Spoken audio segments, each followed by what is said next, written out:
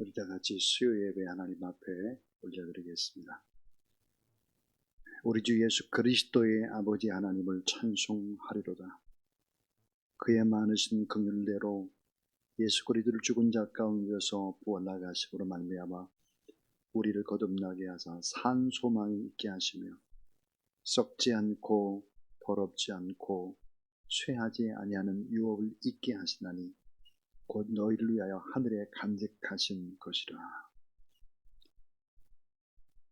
십자가에 달려 죽으신 지 사흘 만에 사망 권세를 깨뜨리시고 부활하신 우리 주님, 오늘 부활의 첫 열매가 되신 주님을 생각하며 하나님 앞에 간절히 예배를 올려드립니다. 주님, 예배드리는 이 시간 우리의 마음의 부활과 영생의 소망을 굳건하게 하여 주시옵소서. 썩어 없어질 땅의 것에만 소망을 두지 않게 해주시고 부활을 사모하는 모든 성도들이 되어 주님 안에서 온전하게 흔들리지 않고 믿음을 지키며 살아가는 저희들 되게 하여 주시옵소서. 오늘 주의 종을 통해서 하나님의 거룩한 말씀을 듣습니다. 이 말씀의 진리를 마음판에 잘 새길 수 있도록 하나님 도우시고 말씀을 증거하는 종에게 성령의 능력과 권능과 말씀의 충만함으로 함께하여 주시옵소서. 우리에게 듣는 귀를 허락하시고 또 깨끗한 보혈의 옷을 입고 온전한 마음의 밭에 생명의 씨알로 말씀이 숨겨지는 은혜가 있게 하여 주시옵소서. 우리와 함께 하시는 우리 구주 예수 그리스도의 이름으로 기도하옵나이다. 아멘. 171장 찬송 드리겠습니다.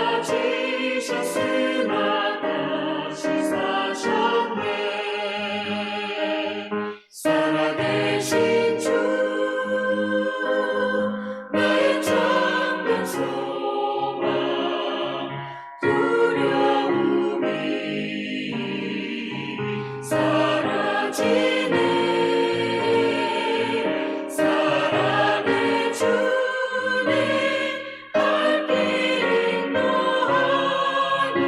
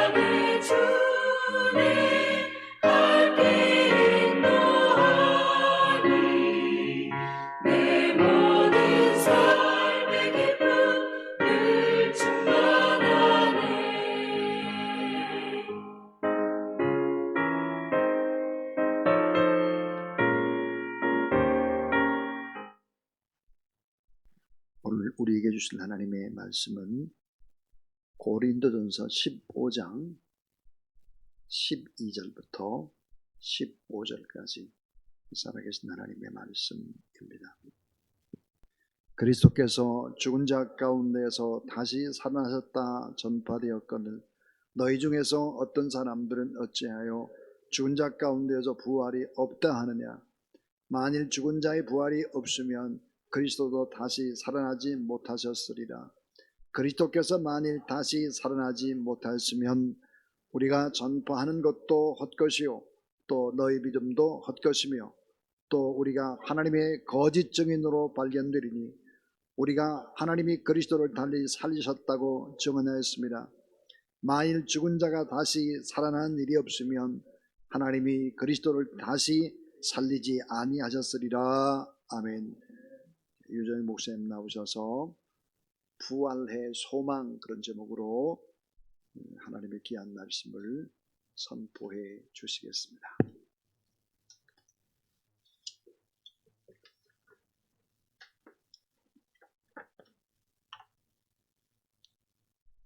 잠시 기도하겠습니다. 사랑이 많으신 하나님 아버지 감사합니다. 이 시간 저희들이 하나님 말씀을 듣기를 원합니다. 부족한 종의 입술을 통해서 전해지는 하나님 말씀에 성령의 기름 부으심을 허락해 주셔서 생명의 능력의 말씀이 되게 하여 주시옵소서. 감사하며 예수님 이름으로 기도드립니다. 아멘. 이번 부활절은 제게는 그 어느 때보다도 의미 깊게 다가온 것 같습니다. 여러분은 어떠하셨는지요? 그 전에 고난 주간 내내 주님의 십자가 고난을 묵상하였고 또 교회에서는 특별 새벽 부흥회를 통해서 담임 목사님께서 복음서와 사도행전 그리고 로마서 성경 6권 각 권을 통해서 관통하는 복음의 기적에 대한 시리즈 설교를 들을 수 있었기 때문입니다. 오늘 제가 전하는 말씀의 제목은 부활의 신앙입니다. 목사님께서 부활의 소망이라고 하셨는데 부활의 소망이라고 하는 게 더 낫지 않았을까 싶기도 합니다. 부활이 의미하는 바를 먼저 살펴보고 부활의 신앙을 가진 오늘을 사는 성도로서 우리가 어떤 삶의 태도를 가져야 할까에 대해서 여러분들과 함께 생각해 보고 싶습니다. 먼저 질문 하나를 드리겠습니다. 여러분은 부활을 믿습니까? 네, 아멘이죠, 당연히. 그러시면 또 속으로 생각하셨을 것입니다. 이거 참 무리한 질문이 아닌가. 그렇죠? 예수를 믿는 것은 참으로 놀라운 일입니다. 그런데 부활은 자연법칙을 정면으로 반하는 것인데 우리는 이성을 포기하지 않은 사람인데 이것을 믿습니다. 복음의 기적 중에서 가장 놀라운 것은 바로 내가 이 복음을 믿게 되었다는 것이죠. 복음의 핵심은 예수 그리스도의 십자가 죽음과 부활입니다. 이것을 누가 가르친다고 믿어지고 깨달아지겠습니까? 사실 성령의 역사가 아니고는 불가능한 일입니다. 그래서 성경은 이렇게 말하고 있습니다. 너희는 주께 받은 바 기름 부음이 너희 안에 거하나니 아무도 너희를 가르칠 필요가 없고 오직 그의 기름 부으심이 모든 것을 너희에게 가르치며 또 참되고 거짓이 없으니 너희를 가르친 그대로 주 안에 거하라. 오늘 대다수 현대인에게 예수님의 십자가 죽음은 그 자체는 사실로 받아들여지고 있습니다. 임진왜란 때 이순신 장군이 거북선을 만들었다는 것을 믿지 않는 한국인은 없을 것입니다. 그것은 역사적 사실입니다. 그런데 믿음이 나누어지는 부분은 예수님이 십자가 죽음으로 모든 인간의 죄를 대속하셨다, 대신 치르셨다는 부분일 것입니다. 십자가 죽음의 효력은 쉽게 믿기 어려운 요소가 있습니다. 더구나 2000년 전에 한 사람의 죽음이 어떻게 오늘 바로 나의 죄를 대신 치른 것이다 라고 믿을 수 있겠느냐는 것이죠. 겸허하게 예수 그리스도를 우리에게 주신 하나님의 사랑을 받으면 될 텐데 섣부른 이성과 자존심이 믿음을 거부하는 것입니다. 그런데 부활은 예수님이 죽었다가 사흘 만에 다시 살아났다는 것입니다. 이 부활을 사실로 믿으라고요. 이건 정말 말이 되지 않는 것입니다. 우리는 신화시대가 아니고 초첨단 과학시대를 살고 있지 않습니까? 순국선열이 오늘도 우리 정신과 기억 속에 살아계시다는 시기는 모르지만 어떻게 부활, 그것을 사실로 믿을 수 있겠습니까? 그것은 자연현상을 역행하고 자연법칙에 명백하게 반하는 것입니다. 우리 주변에 죽었다가 살아난 사람이 없습니다. 그래서 그것은 우리의 경험칙에도 반하는 것입니다. 물론 성경의 이야기 안에는 라사로가 죽은 지 사흘이 넘어서 예수님이 부르시자 무덤에서 살아나기도 했습니다. 그러나 그는 나중에 죽었을 것입니다. 예수님의 부활과는 전혀 다른 차원입니다. 그래서 예수님과 3년간 같이 먹고 자며 예수님의 모든 사역 현장에 있었던 제자들도 정작 이 복음의 핵심은 당장은 믿지 못했던 것입니다. 공간 복음은 모두 예수님은 분명하게 제자들에게 인자가 예루살렘에 올라가 많은 고난을 받고 장로들과 대제사장들과 서기관들에게 버림받아 죽임을 당하고 사흘 만에 살아나야 할 것을 말씀하셨다고 기록하고 있습니다. 이 말씀은 가이사랴 빌립보라고 하는 곳에서 너희는 나를 누구라고 하느냐는 예수님의 질문에 베드로의 입술을 통해서 주는 그리스도이시며 살아계신 하나님의 아들이십니다라는 고백을 들은 후에 예수님께서 처음으로 하신 말씀입니다. 갈릴리 바닷가에서 고기 잡던 그들을 불러 나를 따라오너라. 내가 너희로 사람을 낚는 어부가 되게 하시라 하라고 어부가 되게 하리라 했을 때 그때가 아니었습니다. 그간 제자들이 예수님을 따라다니며 그의 말씀을 듣고 배우며 또 수많은 기사와 능력을 목격하고 예수님의 인격과 성품을 마음으로 느끼면서 예수님이 누구신가에 대해서 정확한 인식과 믿음의 틀이 잡혔을 때 비로소 하신 말씀이라는 것입니다. 알아들을만 할 때 하신 말씀인 것이죠. 그러나 그들은 정작 예수님이 겟세마네 동산에서 붙잡혔을 때 그 밤중에 모두 도망을 갔습니다. 예수님이 십자가에 못 박혀 죽으시자 그들은 슬픔과 낭망에 빠졌습니다.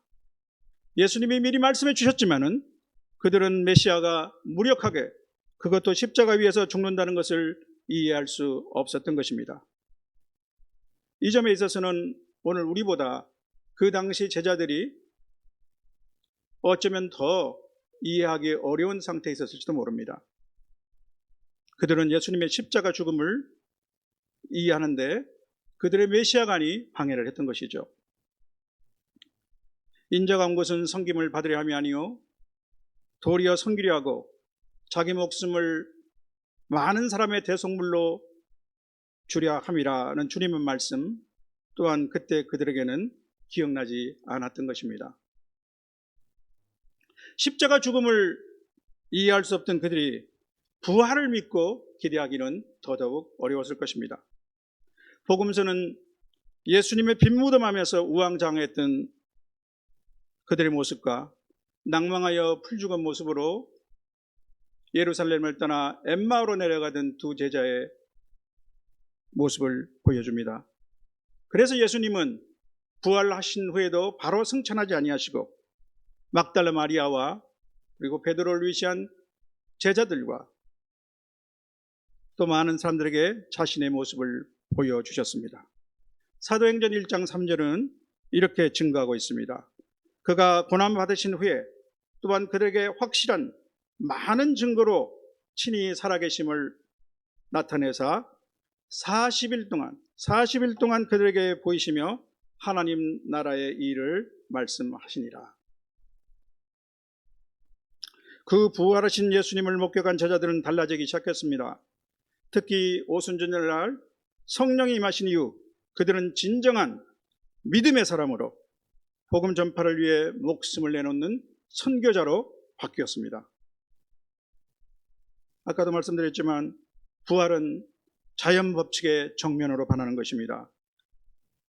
그래서 예수님의 부활은 이 세상에 새로운 창조 질서가 개입했다는 것을 의미합니다. 죄의 결과로 창조계에 들어왔던 죽음의 권세가 결정적으로 깨어진 것입니다.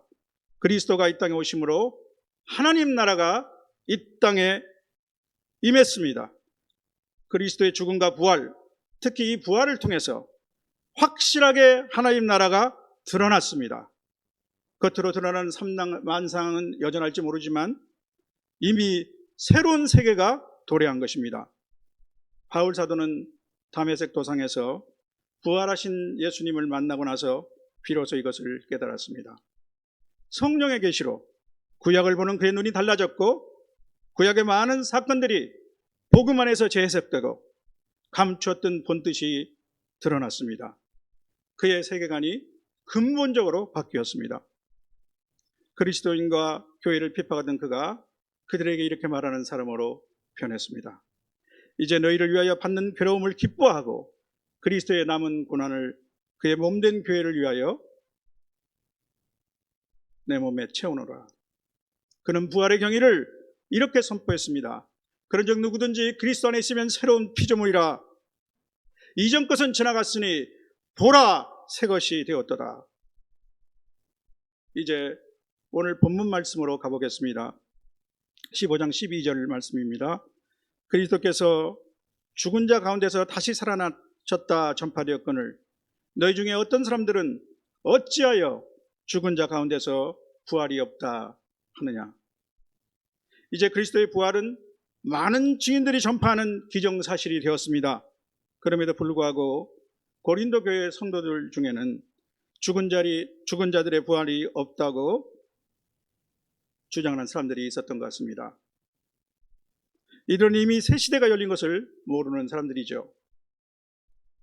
부활이 그만큼 믿을 수 없는 엄청난 사건이기 때문에 어느 정도 이해는 되지만 복음을 받은 성도로서는 결코 용납할 수 없는 태도입니다.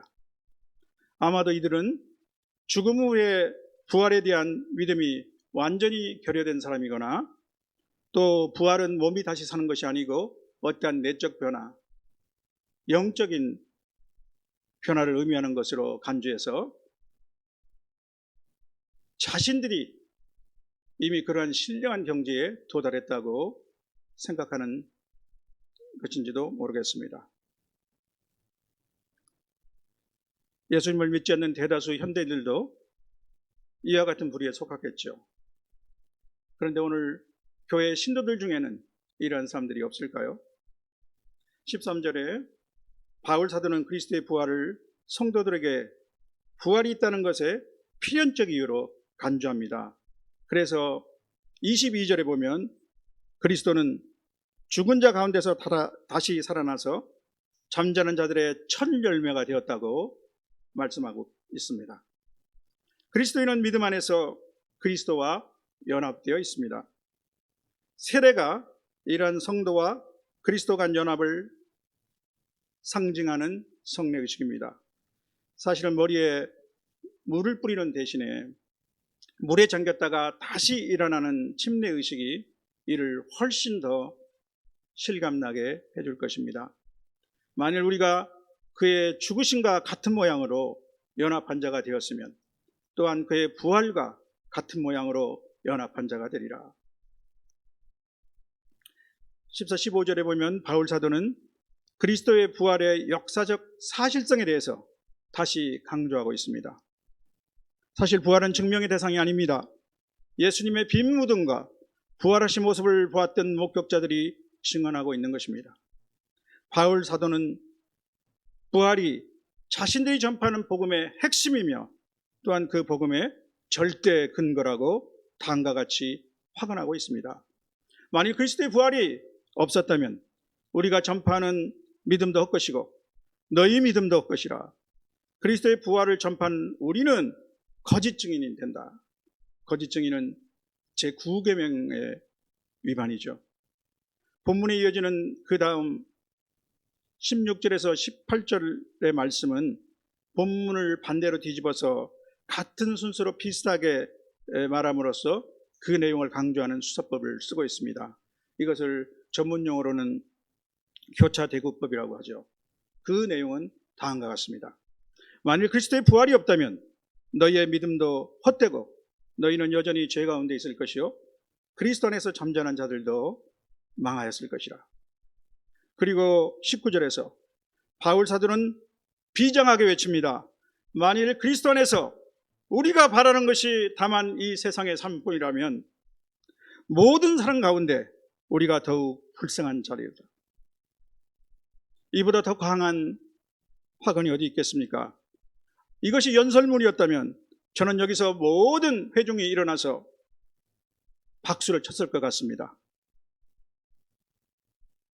그 당시는 바울 사도의 편지가 교회에서 공식적으로 낭독됐을 테니까 여러분 고린도 교회 성도들이 이 말씀을 듣고 어떤 반응을 보였을지 한번 상상해 보시기 바랍니다. 그리고 오늘 고린도전서 15장 전체를 감정을 실어 한번 낭독해 보시기 바랍니다. 성도 여러분, 부활은 절대 진리입니다. 부활은 우리가 믿고 전파하는 복음의 핵심 내용이며 또한 절대 근거입니다. 이제 저는 우리가 갖고 있는 이 부활의 신앙에 대해서 잠깐 생각해 보고자 합니다. 그것은 오늘을 사는 우리에게, 우리 성도들에게 부활의 의미는 무엇이며 부활을 확신하는 성도로서 우리가 가져야 할 신앙적 삶의 태도는 무엇인가 라는 질문에 대한 답이 될 것입니다. 저는 이를 세 가지로 정리해 보고자 합니다. 첫째로, 부활은 그리스도와의 십자가 죽음의 연합입니다. 죽음 없이 부활은 없습니다. 우리는 십자가에서 예수님이 죽으심으로 우리 죄를 대신 치르신 것을 믿습니다. 우리는 그리스도와 연합된 자라서 그리스도가 부활하신 것처럼 장차 우리 몸도 부활할 것을 믿습니다. 사도신경을 통해서도 우리는 이를 고백하고 있습니다. 그런데 그리스도와의 연합은 우리도 우리 몸을 그리스도와 함께 십자가에 못 박는 것을 의미합니다. 그리스도 예수의 사람은 육지와 함께 그 정욕과 탐심을 십자가에 못 박았습니다.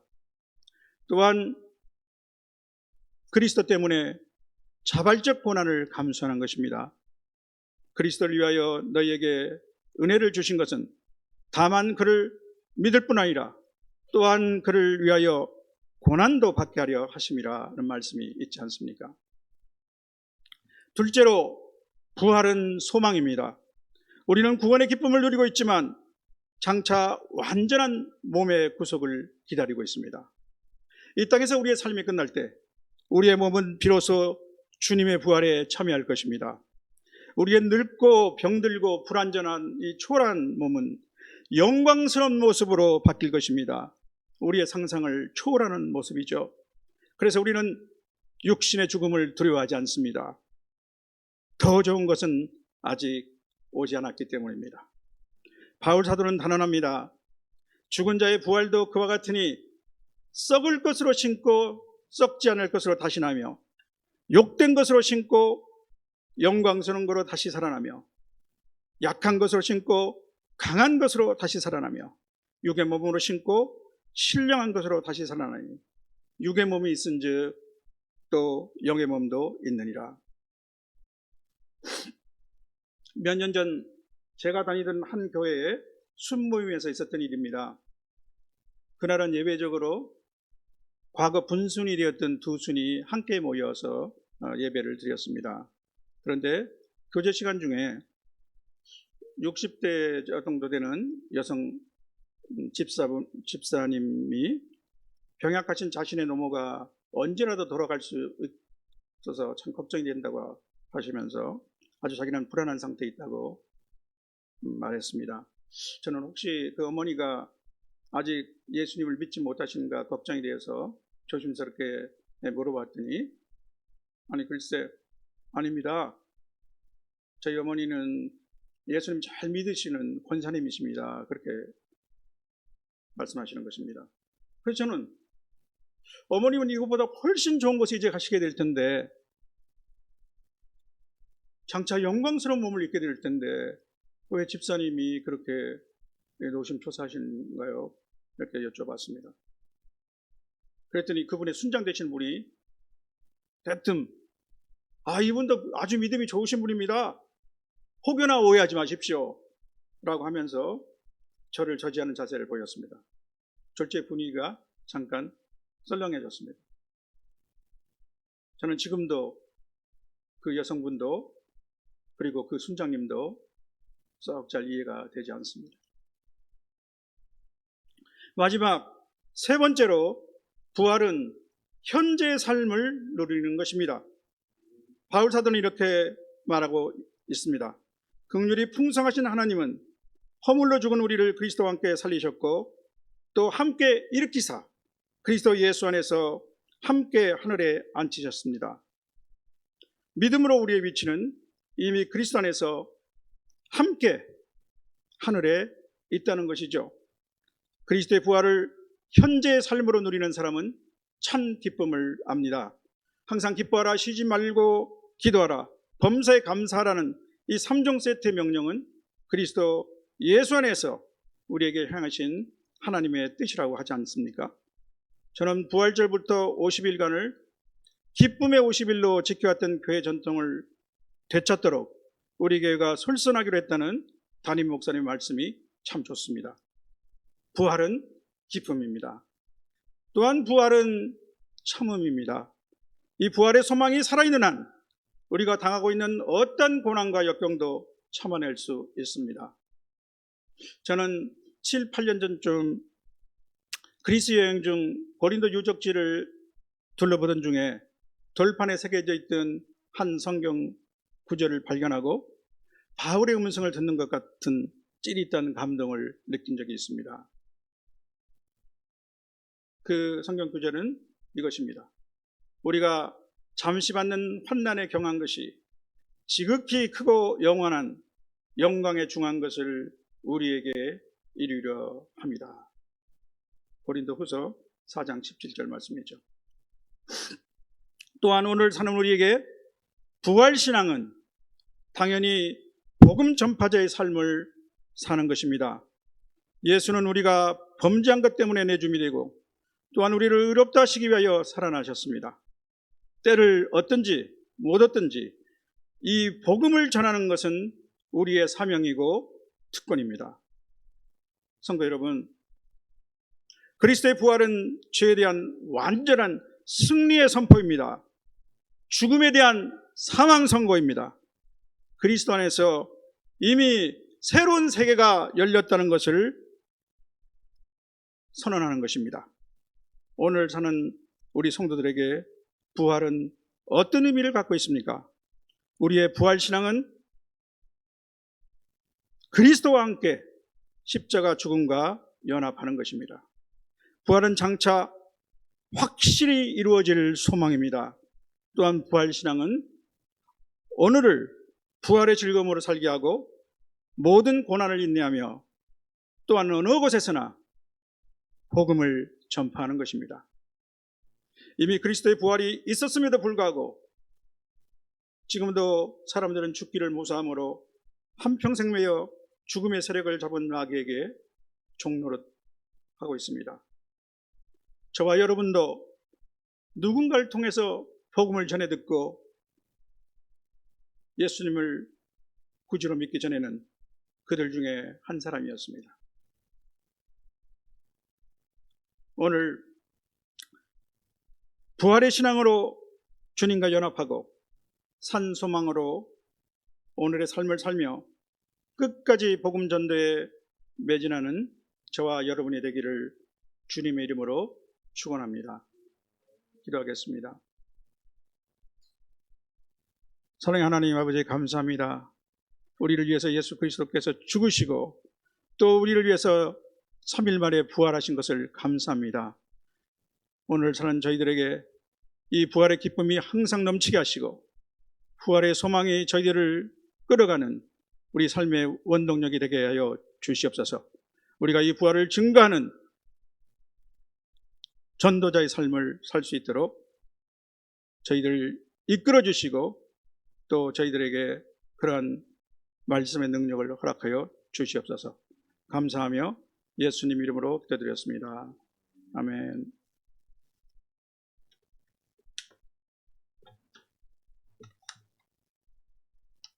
우리 찬송 615장입니다. 그 큰 일을 행하신 우리 하나님을 찬양합니다.